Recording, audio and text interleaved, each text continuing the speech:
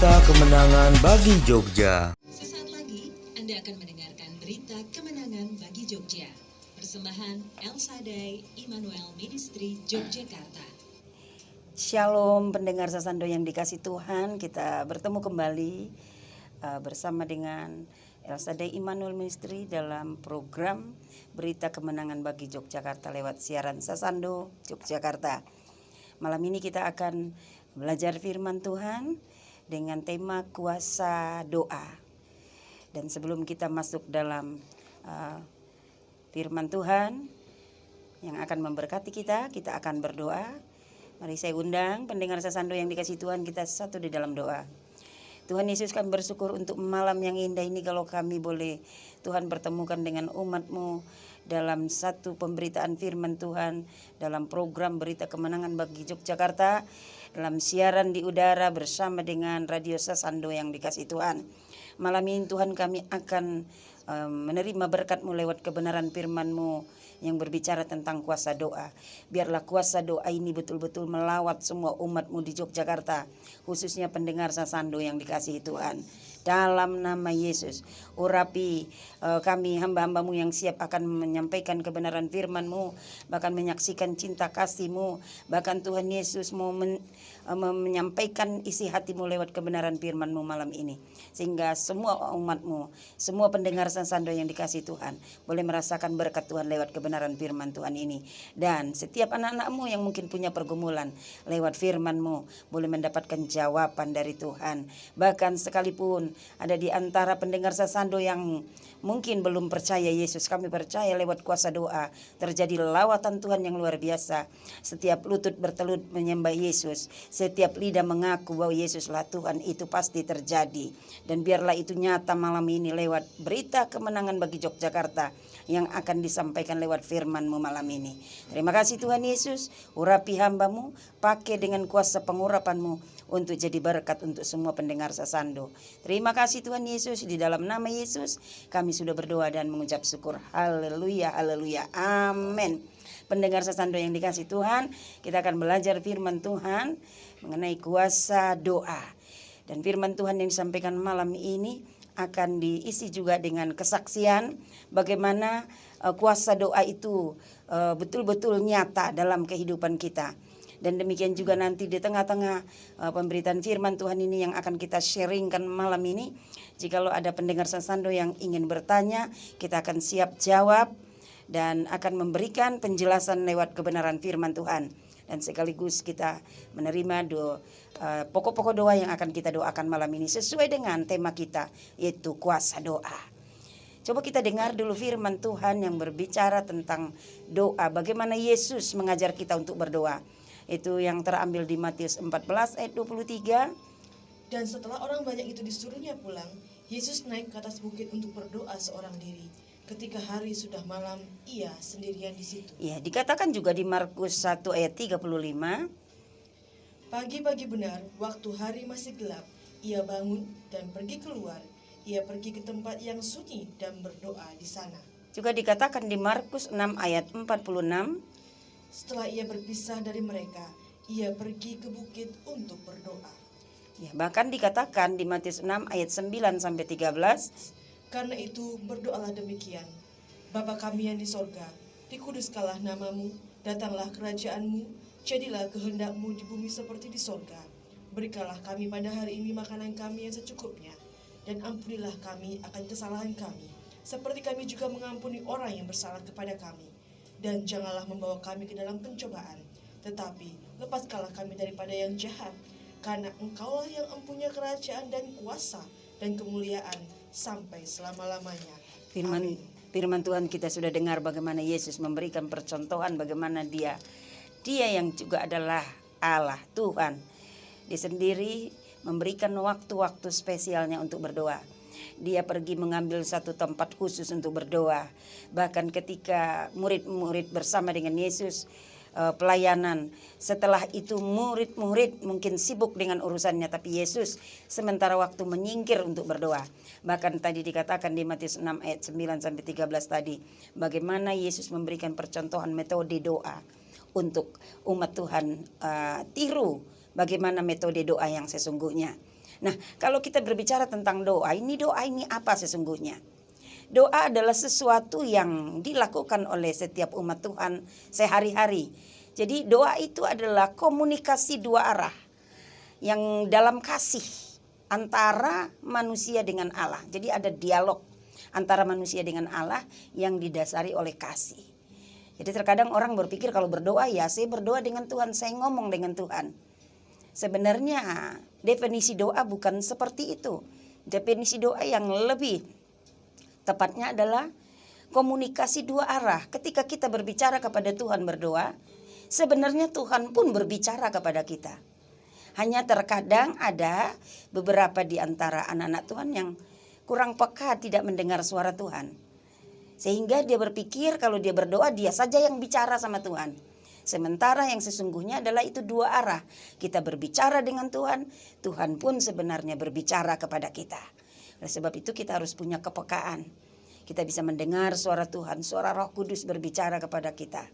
Sehingga sering sekali kan kalau kita selesai berdoa, kok rasanya lega ya.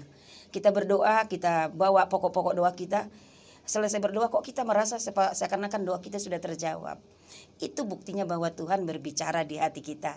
Lewat sentuhan Roh Kudus berbicara kepada kita sehingga kita merasa kalau doa kita sudah dijawab. Jadi doa itu adalah komunikasi langsung dengan Tuhan. Nah, ada perbedaan doa di zaman sebelum Yesus dan setelah Yesus. Kalau zaman sebelum Yesus berdoa itu harus melalui imam. Itu pertanda karena mereka itu sangat menganggap Allah itu kudus. Jadi tidak boleh sembarangan berhadapan dengan Tuhan. Tapi beda doa orang di zaman setelah Yesus. Itu di zaman kita sekarang. Berdoa itu langsung. Berdialog dengan Tuhan. Seperti yang dikatakan di Ibrani 10 ayat 19-20. Jadi saudara-saudara, oleh darah Yesus kita sekarang penuh keberanian dapat masuk ke dalam tempat kudus.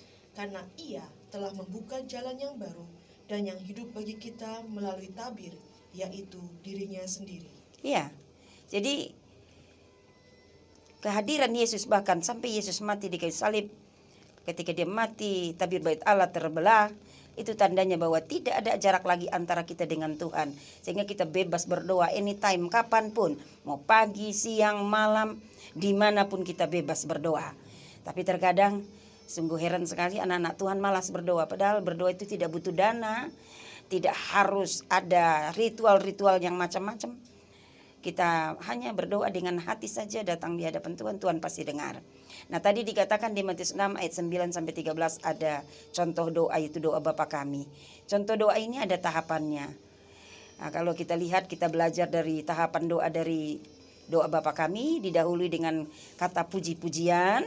Setelah itu ada kata-kata pengakuan dosa, dan baru kita masuk dalam permohonan isi doa. Baru diakhiri lagi dengan ucapan syukur, dan diakhiri juga dengan kalimat di dalam nama Tuhan Yesus. Karena ucapan di dalam nama Yesus adalah ucapan yang penuh kuasa. Nah, sekarang pertanyaannya, apa alasan kita harus berdoa? Mengapa kita harus berdoa? Ada beberapa hal alasan mengapa kita berdoa. Selain dari doa itu adalah satu kebutuhan di mana kita tidak bisa melakukan apapun tanpa Tuhan. Tanpa Tuhan kita tidak bisa apa-apa. Itu alasannya mengapa kita harus berdoa. Tetapi yang mau saya sampaikan di sini selain dari itu adalah ada 7 hal. Yang pertama, kalau kita berdoa, ada beberapa hal yang luar biasa akan kita dapatkan. Apa itu? Doa membuat orang yang biasa-biasa saja bisa menjadi luar biasa. Yang kelihatannya sesuatu yang mustahil tapi bisa Tuhan buat menjadi perkara yang luar biasa. Seperti contoh, Elia adalah manusia biasa. Tetapi ketika dia berdoa, dia bisa mengatakan kepada hujan stop. Dan bisa mengatakan hujan turunlah. Padahal dia adalah seorang manusia biasa. Itu kita bisa buktikan, kita lihat di Yakobus 5 ayat 17-18 dikatakan. Elia adalah manusia biasa sama seperti kita. Dan ia telah bersungguh-sungguh berdoa supaya hujan jangan turun. Dan hujan pun tidak turun di bumi selama 3 tahun dan 6 bulan. Lalu ia berdoa pula dan langit menurunkan hujan dan bumi pun mengeluarkan buahnya. Iya, padahal Elia itu manusia biasa. Tapi kok dia bisa mengatakan hujan turun, maka hujan turun. Dan dia bisa mengatakan hujan stop. maka hujan pun stop. Jadi ada kuasa di dalam dirinya. Jadi kadang kita heran kenapa orang malas berdoa. Padahal doa bisa membuat kita menjadi orang luar biasa. Mungkin kita pendidikan yang cukup sederhana, tapi kalau kita suka berdoa, kita menjadi orang yang luar biasa di hadapan Tuhan. Dan yang kedua, kalau kita berdoa, doa itu memberi kuasa. Apalagi kalau doa disertai dengan puasa. Jadi doa yang memberi kuasa itu memberi kita otoritas. Ada kuasa di dalam diri kita. Itu bisa kita pelajari di Markus 9, 28-29. Mungkin kita bisa baca di rumah. Karena waktu kita, sehingga mungkin kita tidak akan bahas itu. Tapi yang jelas, mengapa kita berdoa? Karena doa bisa membuat orang biasa menjadi luar biasa. Dan yang kedua, doa bisa memberikan kita kuasa. Kuasa yang bisa membuat kita mampu melakukan sesuatu yang menurut orang lain mustahil. Tapi bagi kita tidak ada yang mustahil. Yang ketiga, doa bisa menarik belas kasihan Tuhan. Contohnya seperti Hizkia, diperpanjang usianya 15 tahun. Dan yang keempat, doa itu juga bisa mengubah karakter kepribadian kita. Ada banyak orang berusaha sendiri untuk berubah, tidak bisa berubah. Tanpa kuasa doa kita tidak bisa berubah. Bahkan lewat doa, doa bisa merubah rupa, wajah, pakaian. Orang-orang yang suka berdoa penuh dengan kemuliaan. Doanya membuat mukanya bercahaya, itu dikatakan di Keluaran 34 ayat 34 sampai 35. Tetapi apabila Musa masuk menghadap Tuhan untuk berbicara dengan dia, ditanggalkannyalah selubung itu sampai ia keluar. Dan apabila ia keluar, dikatakannya kepada orang Israel apa yang diperintahkan kepadanya.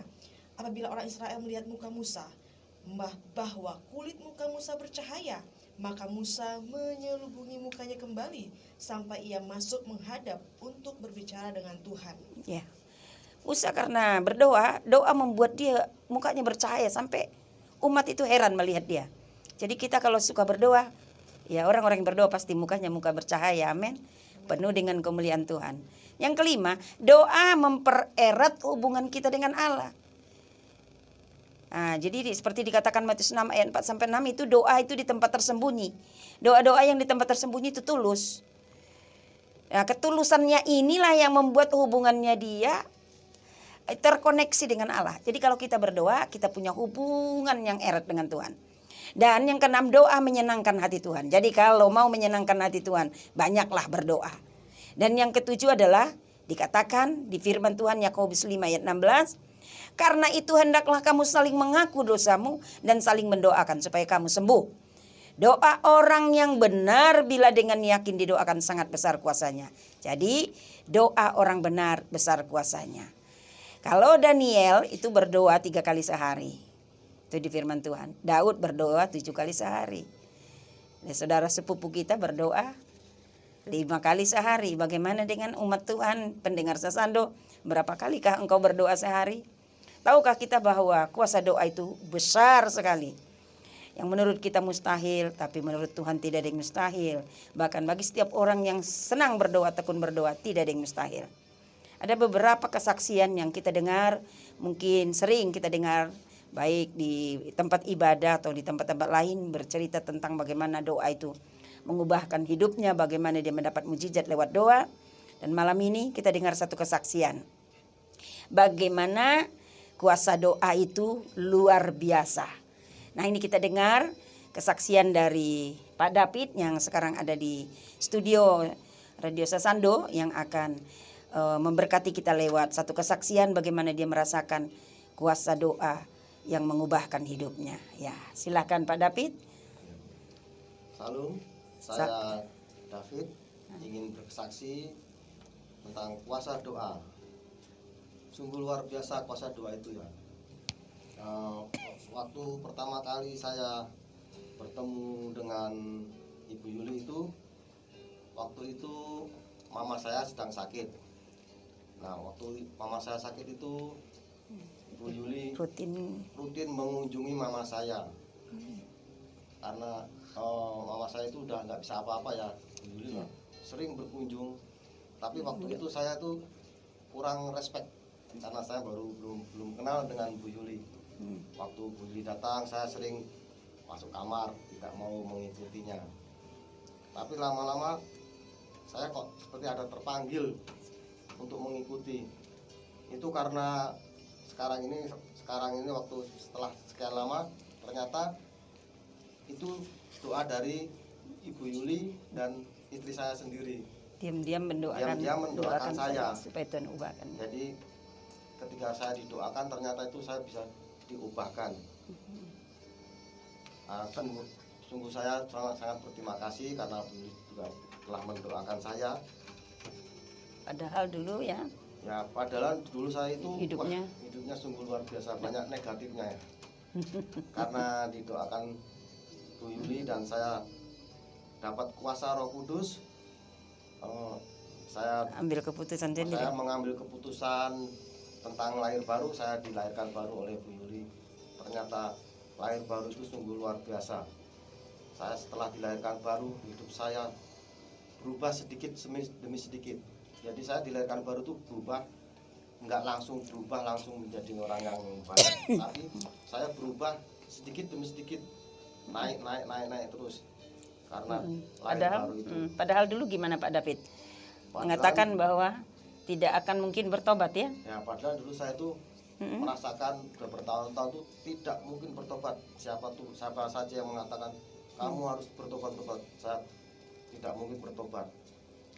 Karena doa dari orang-orang yang mengasihi, orang-orang yang mengasihi saya seperti Bu Yuli, istri saya, dan juga Pak Neti itu dulu mendoakan saya dengan sungguh-sungguh, bahkan berpuasa, sehingga kuasa doa itu benar-benar terjadi pada diri saya. Dan setelah itu kan saya mau meminta kepada Bu Yuli untuk dilahirkan baru.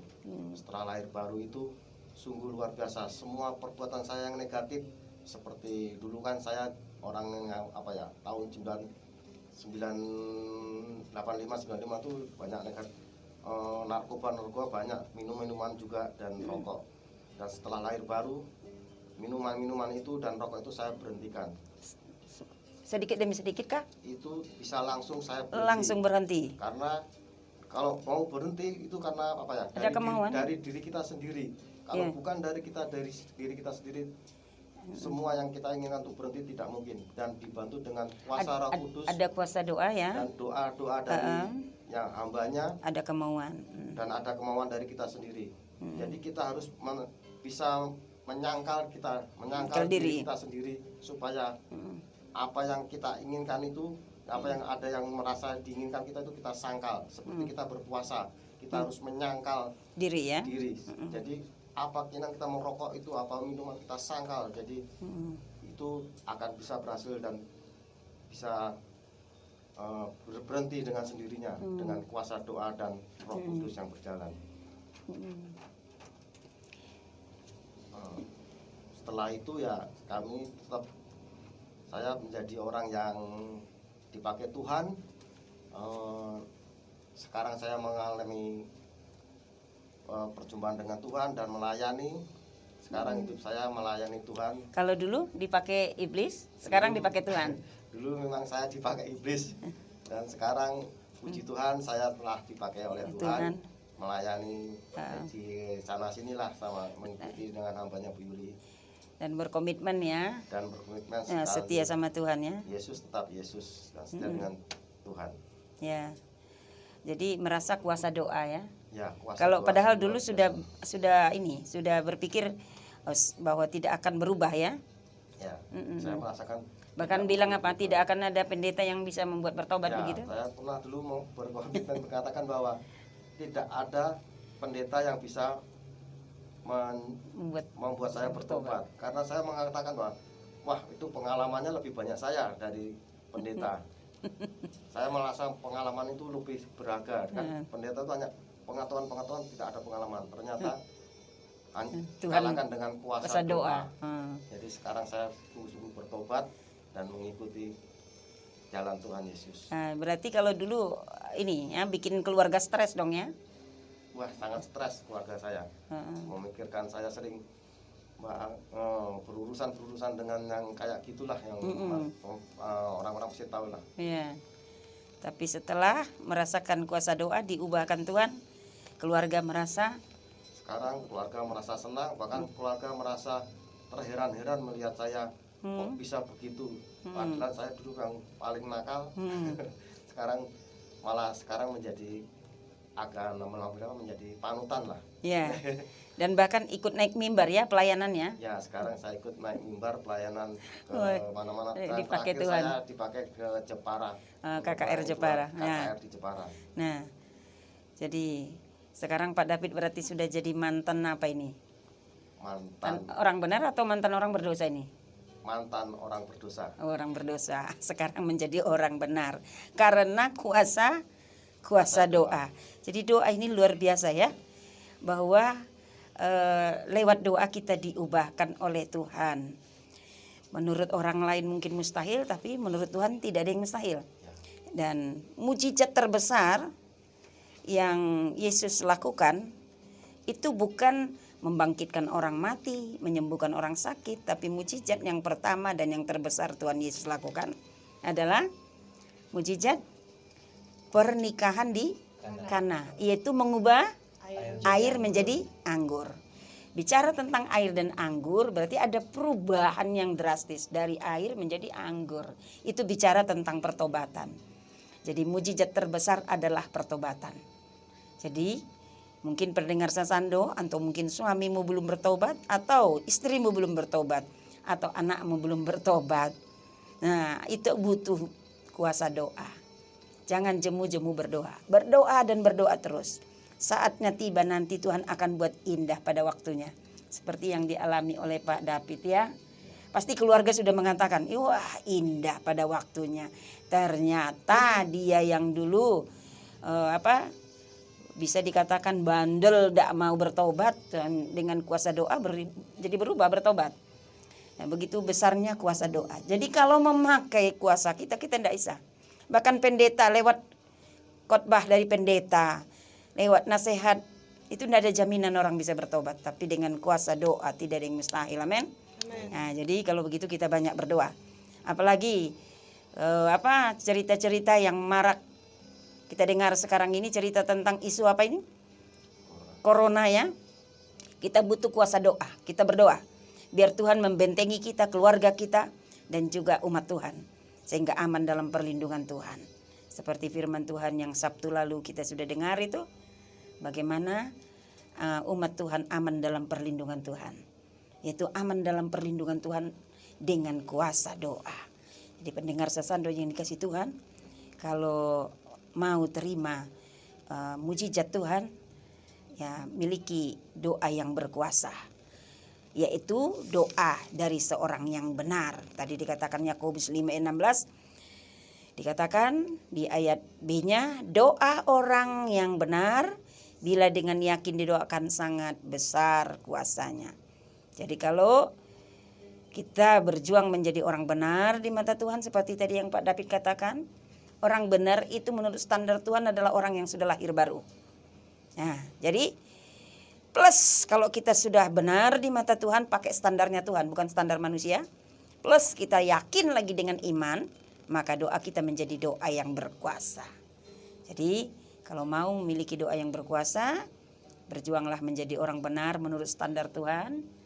Dan yakinlah berdoa dengan iman bahwa doamu pasti Tuhan jawab. Pendengar Sasando yang dikasih Tuhan, bagaimana kuasa doa itu bekerja luar biasa dalam hidup kita, itu harus kita perjuangkan supaya kita menjadi orang-orang yang menjadikan doa adalah gaya hidup. Doa adalah kebutuhan. Begitu Mas Peno, gimana? Kira-kira ada yang mau ditanyakan? Wah, ini ada yang pendengar setia Sasando yang bertanya dari Purworejo. Oh, Purworejo ya. Yang atas nama Ibu Rince. Salam Bu Rince. Shalom, bagaimana cara supaya kita bisa melawan serangan iblis dan doa seperti apa agar kita bisa terlepas dari kuasa kegelapan yang menyerang kita? Ya, tadi dikatakan di firman Tuhan Yakobus 5 ayat 16. Karena itu hendaklah kamu saling mengaku dosamu dan saling mendoakan supaya kamu sembuh. Ini sembuh bukan hanya berbicara tentang penyakit. Sembuh itu berarti kalau kita sembuh kan ada penyakit yang lepas dari kita. Yes. Jadi ini juga sembuh, ini bicara dengan kalau ada sesuatu yang nggak beres, itu tidak akan betah dalam diri kita, dia akan keluar. Dan kalau ada sesuatu juga yang bukan dari Tuhan, tidak akan datang menyentuh kita. Nah, dan dikatakan lagi doa orang yang benar bila dengan yakin didoakan sangat besar kuasanya. Jadi kita mari berjuang menjadi orang-orang benar. Orang yang benar menurut konteks firman Tuhan ini apa? Yaitu apa? Dikatakan tadi, hendaklah kamu saling mengaku dosamu. Arti ada sesuatu yang harus kita bereskan dalam diri kita. Ya, kalau mungkin ada hal-hal yang negatif segera dibereskan. Ada hubungan yang gak beres dengan saudara, keluarga atau dengan siapapun dibereskan. Nah, kalau itu sudah beres, hubungan kita dengan Tuhan beres, hubungan dengan sesama beres, kita jadi orang benar di mata Tuhan, doa kita jadi doa yang benar. Seperti yang kemarin di Sabtu lalu firman Tuhan bicara tentang aman dalam perlindungan Tuhan. Jadi sekiranya ada pun sejenis apa yang namanya dunia magic ini, kiriman-kiriman orang, tidak mungkin bisa menyentuh umat Tuhan. Karena ada kuasa Tuhan di dalam diri anak-anak Tuhan yang membentengi dia. Ya, jadi dengan kuasa Tuhan yang membentengi kita karena hidup kita sudah beres, tidak ada yang bisa menyerang, tidak akan ada yang bisa mempan. Plus, apakah kita bisa melawan kuasa itu? Kita bisa, karena Tuhan mengatakan doa orang benar besar kuasanya. Nah, kadang orang berpikir begini, berdoa itu harus teriak-teriak biar besar kuasanya. Nggak. Yang terpenting diri kita beres. Jikalau diri kita udah beres dan pakai kuasa dalam nama Yesus, itu kuasa yang tidak ada tandingannya. Tuhan berkata, kuasa yang ada padaku, kuasa yang sama aku berikan kepadamu. Asal berdoa di dalam nama Tuhan Yesus, ada kuasa. Iblis dikalahkan, kita berkemenangan, bahkan lebih dari pemenang. Ya, jadi jangan nggak usah harus begini, wah harus pendeta yang doakan. Nggak. Setiap umat Tuhan yang percaya Yesus, pakai kuasa dalam nama Yesus, engkau pasti menang. Asal dengan yakin, jangan ada rasa ketakutan sedikit pun. Yakin, pasti berkemenangan. Jadi tidak ada kuasa yang bisa melawan kuasa di dalam nama Yesus. Jadi umat Tuhan mestinya bangga, bersyukur karena punya Tuhan Yesus. Amin. Ya. Mungkin ada yang mau menambahkan, mungkin Pak David dari pengalaman hidupnya, kalau misalnya ada yang berhubungan dengan seperti yang dialami oleh Ibu Rince atau rekan dari Ibu Rince terkait dengan kuasa kegelapan seperti ini. Kira-kira ada? Oh, mungkin kalau kuasa kegelapan tidak ada ya. Hanya memang ketika dilayani lahir baru itu dilanjutkan itu memang dengan doa pelepasan. Jadi ada sesuatu yang enggak dari Tuhan yang ada di dalam diri itu harus dilepaskan. Ya, walaupun itu tidak berupa magic. Magic yang mungkin menurut orang kan sesuatu yang mengganggu ya. Karena segala sesuatu yang bukan dari Tuhan itu mengganggu. Jadi kalau ada beberapa anak Tuhan yang dilayani lahir baru sekalipun tidak ada kuasa-kuasa kegelapan yang secara resmi diundang dalam dirinya, tetap juga harus ada doa pelepasan. Karena segala sesuatu yang negatif di dalam diri tentunya itu semua berasal dari iblis. Itu harus dilepaskan. Gitu. Baik, ini ada satu atensi lagi yang di atas nama Indah. Mau bertanya, kalau kita pikir mudah, tapi kenapa ya setiap mau berdoa itu rasanya malas dan ujung-ujungnya tidak berdoa. Padahal saya tahu doa itu besar kuasanya. Ini harus bagaimana? Iya kan firman Tuhan juga berkata, roh memang penurut tapi daging lemah. Ya, jadi kita tidak boleh ikutin keinginan daging. Sebenarnya semuanya keputusannya di kita. Kita ambil keputusan untuk menyangkal diri. Kalau kita menyangkal diri, ya akhirnya roh kita yang dipimpin oleh Roh Kudus memenangkan tubuh kita. Terkadang kita seperti ya sekarang ini misalnya. Ada banyak orang sedang ada di tempat ibadah, seperti kita lagi ada di Radio Sasando dalam berita firman Tuhan, berita kemenangan bagi Jogja. Tapi ada juga anak-anak Tuhan mungkin yang lagi tidur-tiduran nonton TV, ya kan? Nah, jadi keputusan itu ada di tangan kita. Mungkin kita kalau mau memilih, kita lebih baik ini di rumah lagi tidur-tidur nonton TV, santai-santai. Tapi karena kita mengikuti apa kata roh, itu Roh Kudus bicara di hati kita, bahwa ada sesuatu yang lebih penting yang harus kita lakukan. Contohnya mau pelayanan, mau doa. Ya, kita berjuang melawan keinginan daging kita ini. sehingga kita berkemenangan. Jadi kalau Roh Kudus ada dalam diri kita, Tuhan kasih kita kuasa kemampuan untuk bisa melawan keinginan daging.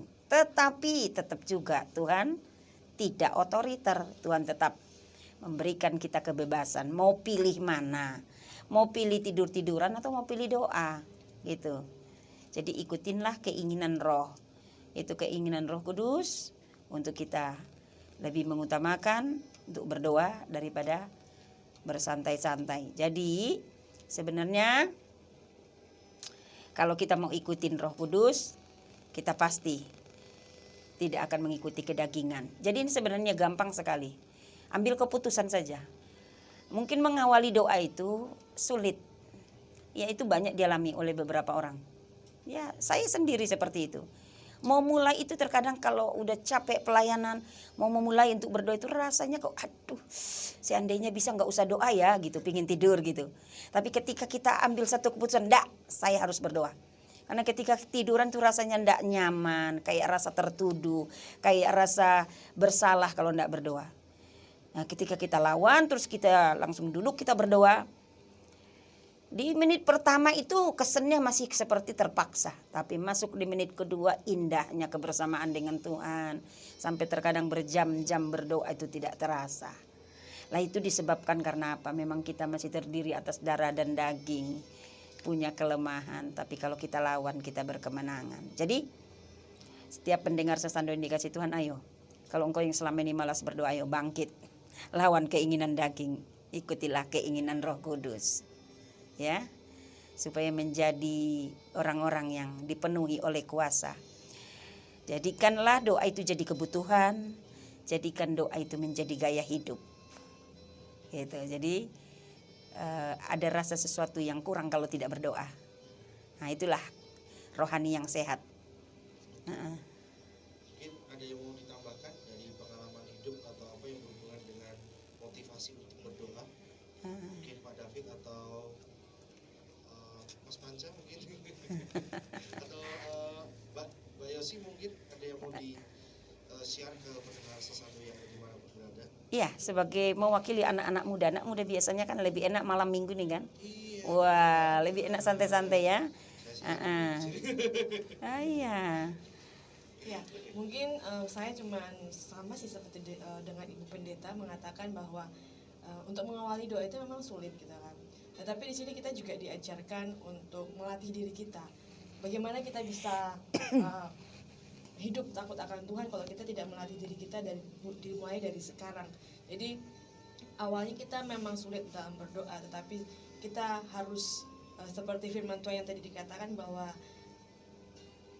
roh kita itu penurut, tapi daging lemah. Disinilah kita untuk dilatih sedikit demi sedikit lewat ministry kita juga dilatih supaya dalam persekutuan, dalam ibadah kita dilatih supaya kita semakin hari semakin dekat dengan Tuhan, sehingga tanpa kita sadari hidup kita pun akan pasti diubahkan, dan keinginan-keinginan kita pun pasti sedikit demi sedikit pasti kerinduannya selalu rindu berhubungan intim dengan Tuhan.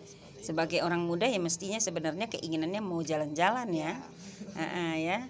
Tapi karena sudah terlatih, jadi perlu berlatih ya. Doa ini juga perlu berlatih ya. Sedikit pasti bisa. Bukan harus untuk bertanding olahraga aja perlu latihan, doa juga perlu latihan. Kalau banyak berlatih jadinya doa itu jadi bukan sesuatu yang tidak menyenangkan lagi, tapi doa itu menjadi satu kegiatan yang membuat kita senang karena sering dilakukan ya.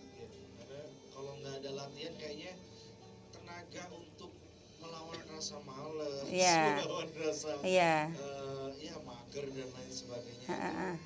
Luar biasa sekali.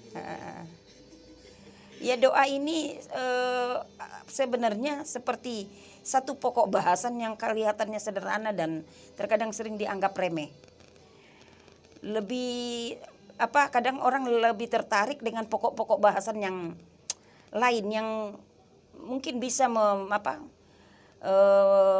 membuka istilah-istilah yang lebih intelektual, hal-hal yang lebih jitu-jitu dalam pembahasannya. Tapi kalau doa ini terkadang anak-anak Tuhan menganggap ini satu pokok bahasan yang nggak menarik. Karena apa? Memang pada dasarnya ya iblis maunya umat Tuhan itu jangan berdoa. Maka pokok bahasan tentang doa sering sekali dianggap remeh. Nah, karena doa ini sesuatu yang dianggap satu kegiatan yang tidak harus dilakukan dan juga satu kegiatan yang tidak terlalu menarik. Tapi malam ini perlu pendengar Sasando sadari bahwa doa adalah satu kegiatan yang luar biasa yang mendatangkan mujizat yang kelihatannya sederhana tetapi menghasilkan kuasa yang besar.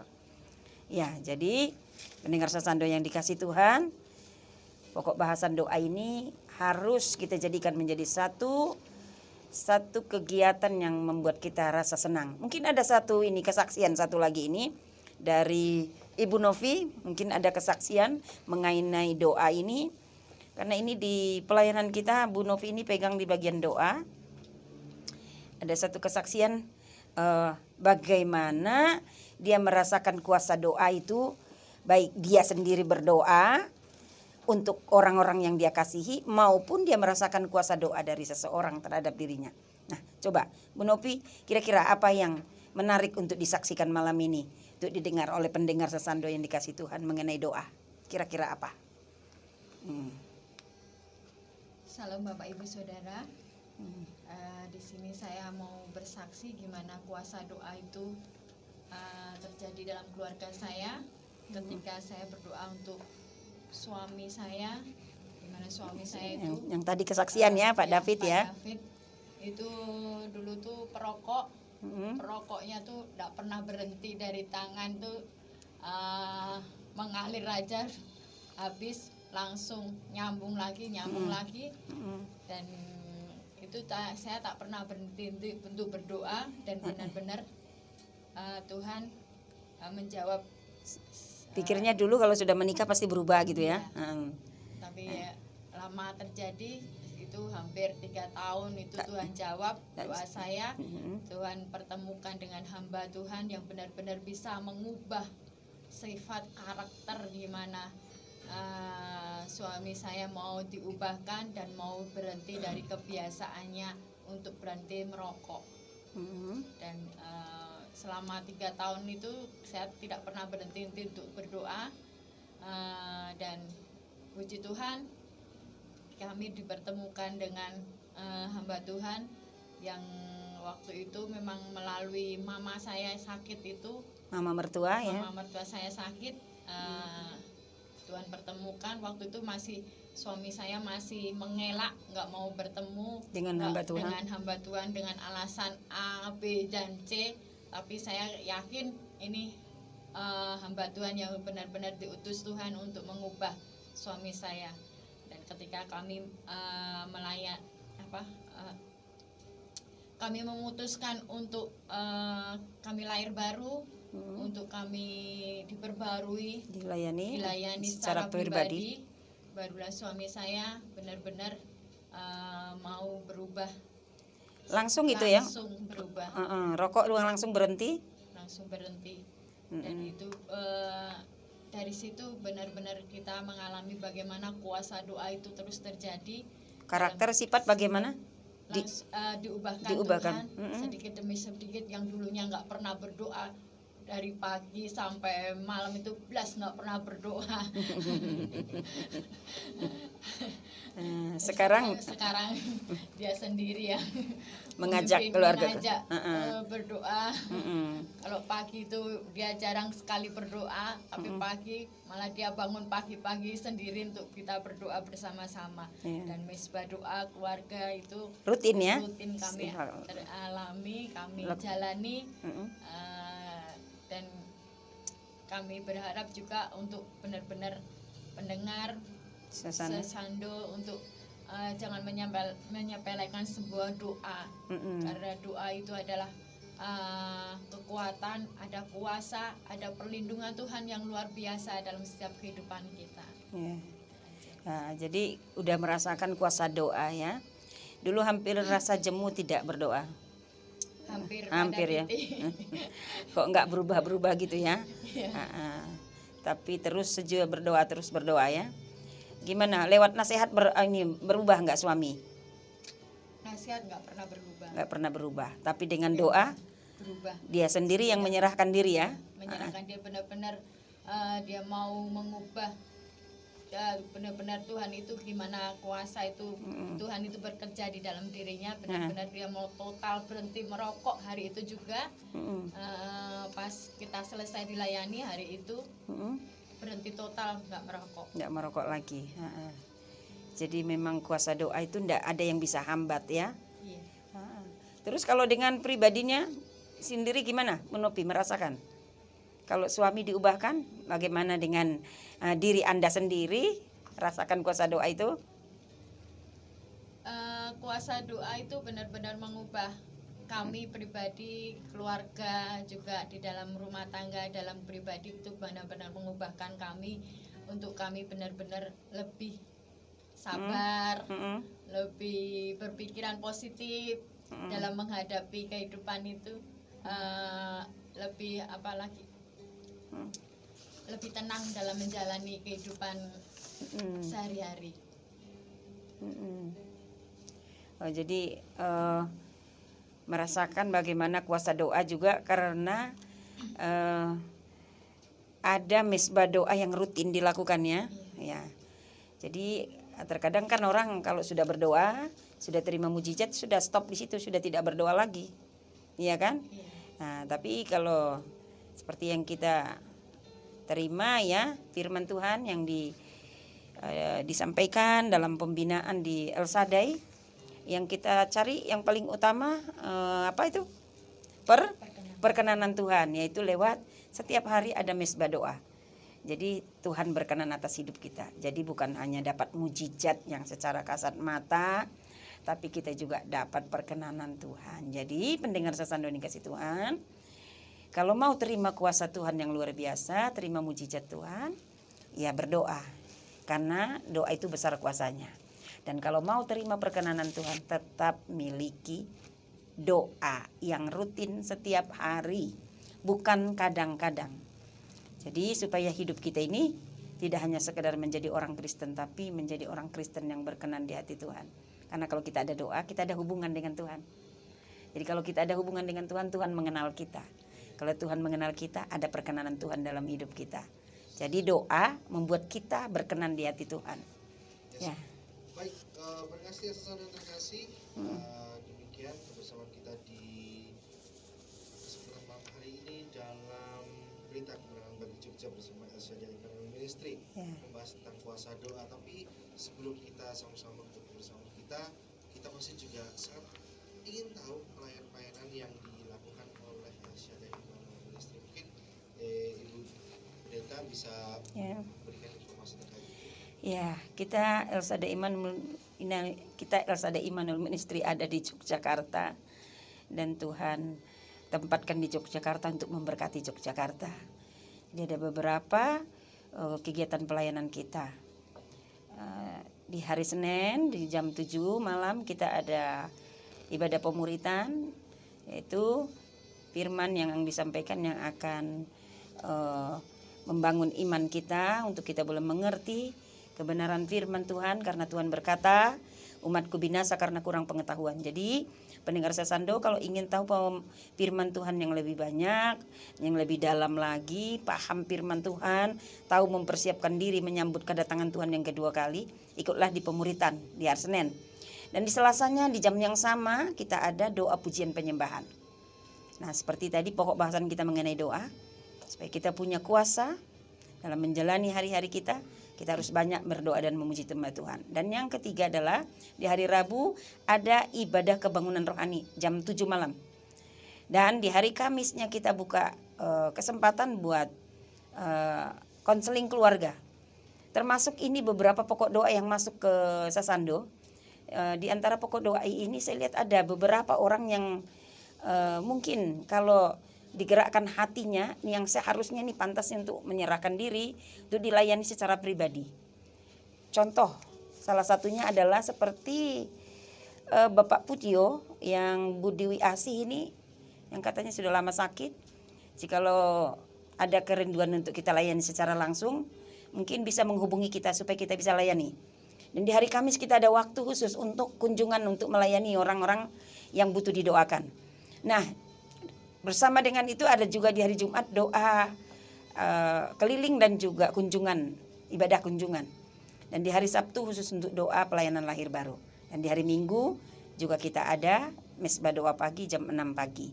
Jadi pendengar Sasando dikasih Tuhan, kalau mau dilayani lewat El Shaddai Immanuel Ministry, kita ada baik untuk pelayanan secara pribadi maupun pelayanan untuk ikut ibadah pemuritan di hari Senin dan ikut ibadah IKR, ibadah kebangunan rohani di hari Rabunya.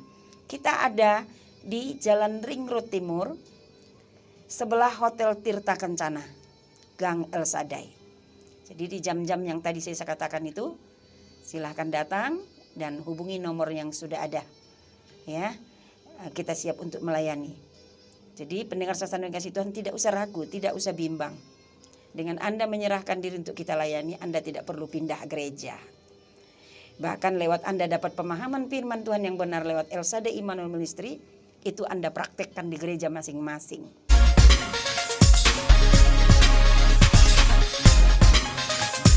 Berita kemenangan bagi Jogja.